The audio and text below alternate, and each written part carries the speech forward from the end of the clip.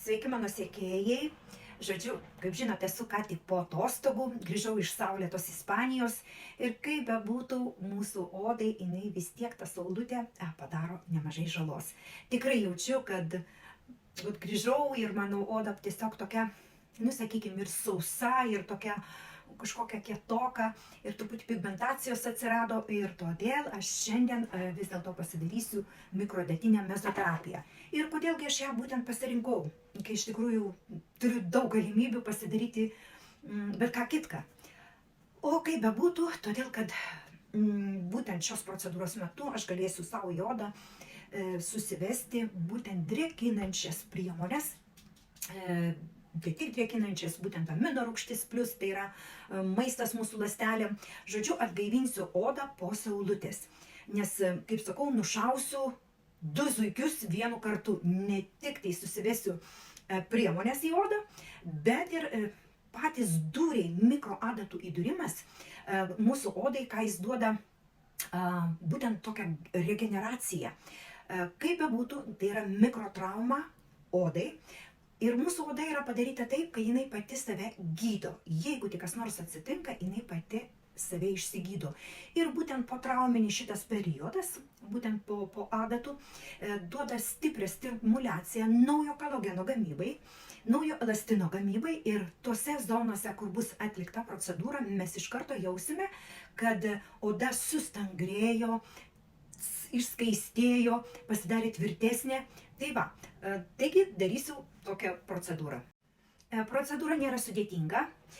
Aš ją truputį pakombinuosiu, kad turėčiau geresnį efektą, nes, kaip ir minėjau, mano odai dabar taip prašosi tos drėgmės ir aš dar panaudosiu prieš tai, kad truputį enziminį pylingą, kuris, kaip žinot, būtent enziminis pylingas ką daro, tai jisai atsluoksniuoja viršutinės numirusias ląsteles nuo odos, tą visą raginį sluoksnį, nes būtent enziminiai pylingai dažniausiai yra pagaminti iš natūralių fermentų, tai yra iš vaisių ar tai daržovių, fermentų, kurie vadinasi enzimai. Jos nieko sudėtingo čia nėra, mes jos paprasčiausiai tiesiog kaip kaukę užtepam toliau truputėlį ant veiduko, paliekame 50 minučių ir po to viską nuplauname. Na štai, enziminis pylingas tinka net pačiai jautriausiai odai, kuri yra galbūt trikoperozė, rozacėja, žodžiu, tinka visiems odos tipams, nes, tikrai be galo švelnus dalykas, švelnus odos atsisluoksniavimas. Taigi, ir rezultatai matysis iškart. Na štai, pojūtis nerealus, jau atrodo, kad oda kvėpuot pradėjo, po būtent enziminio pylingo, nes iš tikrųjų atrodo, kad būčiau kilogramą numetus nuo savo odos. Sekančiam etapui aš naudosiu rūgštinį pylingą, tai yra pieno rūgštis šiam kartui, kuri turi ne tik tais švelnaus atsisluoksniuojančio efekto, bet ir stipriai drėkina odą, turi drėkinančio efekto. Akių zoną mes, žinoma, turime apeiti, na, o visur kitur dar truputėlį noriu, kad būtent mano priemonės praeitų kuo giliau, nes kuo mes suploninsim būtent tą raginį sluoksnį, tuo turėsim geresnį rezultatą produktų pasisavinimo. Na va, po 10 minučių odą nuo pieno rūgšties neutralizavom, nuprausim tiesiog ir matot, kaip jinai fainai spindi. Dabar keliausim prie pačios mezoterapijos. Šįkart naudosiu 2 priemonės. Veidui naudosiu drėkinančią priemonę, o pakiams būtent tokią liftingavimo. Ir kaip nekeista, pasiskaičiau priemonių sudėtį vienos ir kitos. Visur, aišku, yra hialurono rūgšties skirtingo procentalo, bet kaip nekeista, būtent kur eina tas tiek, aš turiu ne vienos kompanijos, įvairių tų ampulių. Liftingavimui, kaip nekeista, visur įeina silicis ir įeina demaja, kuris mažina raukšlės. Silicis irgi taip pat stimuliuoja kolageno, būtent senėjimo procesus mažina. Žodžiu, taip kaip jau anuose videose ir esu minėjusi, šitie stebuklingi 2 produktai puikiai derinasi tarpusavėje, galima pačiom daryti kokteilius, bet čia yra gatavi, dar, aišku, turi dar papildomų ingredientų. Tai va, kaip bebūtų gaila, kas mus išduoda labiausiai, mūsų tą, sakykime, senėjimo anti-aging efektą, tai yra būtent akis pakių zona. jos greičiausiai griūva, kaklas ir rankos. Veidui mes dažnai kažką pasidarom, ane, ten dažniau ir tos kremukus kažkokius naudojame, dar kažką tai, o kakliukas, jis vargšas visada lieka toks, sakykime, liūdnas. Ir patikėkit manim, su metais atrodo nieko, o paskui taip staigiai jisai griūva, žinokit. Ir nieko nepadarysi. Ir akytės mūsų, jos, kaip visada, yra tos dvi zonos, būtent aplink akis ir kaklas, yra vienas iš sudėtingiausių, sakykime, atstatymų procedūrų, nes jeigu kalbant apie paakius, dažnai būna, kad užsistovi limfa, apie hialurono rūgštį tu ten turi iš visų užmiršti, vapšiek noriu sakyti.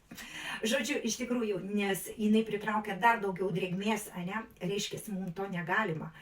Turim naudoti truputį kitokias priemonės. Atsiranda kapšeliai, maišeliai, įvairūs pajuodę paakiai, raukšlytės. Žodžiu, čia tokia sudėtinga vieta, kad netgi ne tik tos paprastos mezoterapijos, kurią mes dabar mikrodatinės atliksim, jinai tokia yra, sakykime, viena iš nekenksmingiausių, kurios turi didelių problemų, tvarkyti akytėms. Bet netgi užpildai, pasakysiu jums atvirai, joms netinka užpildai, nes jie atrodo norėtum tos įdubimus sumažinti, bet čia stovi kapšeliai, kurie dar daugiau. Botulino terapija vėlgi šitose zonose jom prieš parodyta, nes jeigu raumenį mes blokuojam, kas atsitinka? Limfa dar daugiau neišpumpuoja sakykime, visų skysčių, atsiranda dar didesni maišeliai. Žodžiu, taip, kad mergaitės, atkreipkite dėmesį į paakius labai stipriai, kuo ankstesniam amžiuje. Aišku, nuo genetikos niekur mes nedingsim, vis tiek viskas su laiku, sakykime, va taip griūva. Na ir kakliukas, pas daug ką esu atkreipiau dėmesį, veidas atrodo ledinis. Nu va, o kaklas išduoda viską, nors karelio 15 prisirišk. Tai va, o kakliuką irgi panos būtinai nepamirštam jo, tikrai nepamirštam, darot kažką veidukui, būtinai ir kakliukui. Na ir rankos mūsų begėdės, irgi taip pat, žinokit, jos tikrai kenčia nuo įvairių indų ploviklių, chemikalų, skalbiklių, visur mes jas kišam, jos yra atviros ir jos yra mūsų darbo įrankis ir taip pat jas reikėtų atlikti mezoterapijas įvairias, ir drėkinti, kaukės dėti ir panašiai. Gerai, labai daug užsikalbėjau, jaučiu pavargot klausyti manęs, bet pereinam prie procedūros. Todėl šį kartą, kaip ir minėjau, aš didelį dėmesį skirsiu būtent paakiams. Tai va, kas neturi tokio aparačiuko, tikrai galite su dermoroleriu pilnai atlikti šitas procedūras. Kaip ir minėjau, žinokit, sustangrinsit paakius, sustangrinsit sumažinsit raukšlės paakiuose, prasišviesins paakiai. Svarbu pasirinkti priemonės atitinkančias. Aš turiu omeny, jeigu jūsų yra patamsėję paakiai, tai rinkitės su šviesinančiu efektu priemonės, su tokiais peptidais, taip, kurie tikrai padės, garantuoju, žinokitės. Aišku, ne iš pirmo karto, tai turi būti eilė procedūrų, tai yra kursas, gydymo kursas. Juk ir vienintelis antibiotikas, jeigu jūs sergat, išgersit vieną tabletę ir galvojat, kad išgysit, taip nebus, mes geriame kursą. Visur yra gydymo kursas, norint turėti rezultato. Tai va, mergaitės, tokios žinios. Aš dabar pasižiūrėsiu, aš akytėm nusistačiau gana, sakykime, nedidelį gylį, pradžioje 0,5, galbūt aš net sumažinsiu iki 0,25, aš žiūrėsiu. Tai va, užsilašinam, man dabar aišku sunku bus į kamerą, bet va, aš pradedu nuo akyčių. Neikit prie pat blakstienų, bet visą tą zoną, kur yra kauliukas, kur yra smulkios raukšlės, nepamirškit sutvirtinti ir viršutinį voką. Ir taip reikėtų 3 etapus praeiti. Vienas susigėrė, darom antrą ir darom trečią.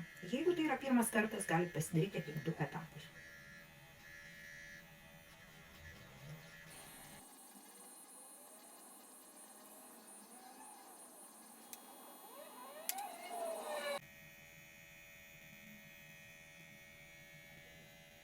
Pereisim prie kaktytės.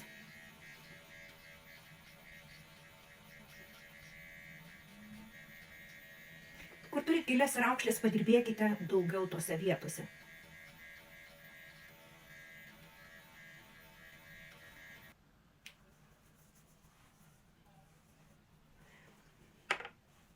pradžioje vieną pusę užsitepam. Aš pasidariau gylį, tokį, sakykime, gana nemažą, aš esu be anestezijos, bet man nėra taip labai skaudu. Jeigu, kaip matėt, aš akis dariau sukamaisiais judesiais, nes buvo tikrai mažas gylis ir skaitosi dirbom paviršutiniam labiau sluoksnyje, taip pat ir su kakta. Dabar pirmą sluoksnį. Čia mes turim pereiti taškiukais, nes aš noriu truputį giliau pasidaryti kanalus pirmam sluoksniui. Ir pirmam štampiukas prie štampiuko, štampiniu būdu. Tiek, kiek jūs galite iškesti, nes jeigu neturit, ypatingai ties tais giliais.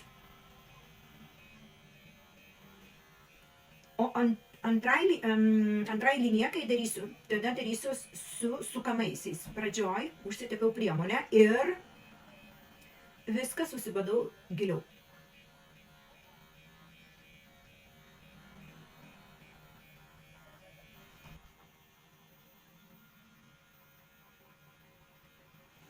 Dažnai merginam būna prie ausyčių, čia tokios raukšlytės susidaro, tai nepamirškite, žinoma, padirbėti.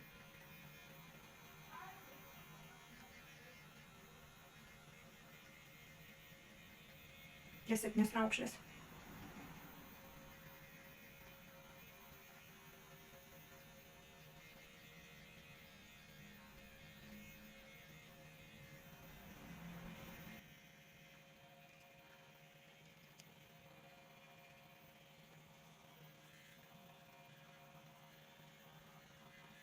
Pasididinau gylį ir kur mūsų pasižiūrėkit, susilenkit, praeina Veneros žiedai, tikrai taškiniu būdu, štampiniu būdu, pabandykit truputį giliau susivesti priemonės.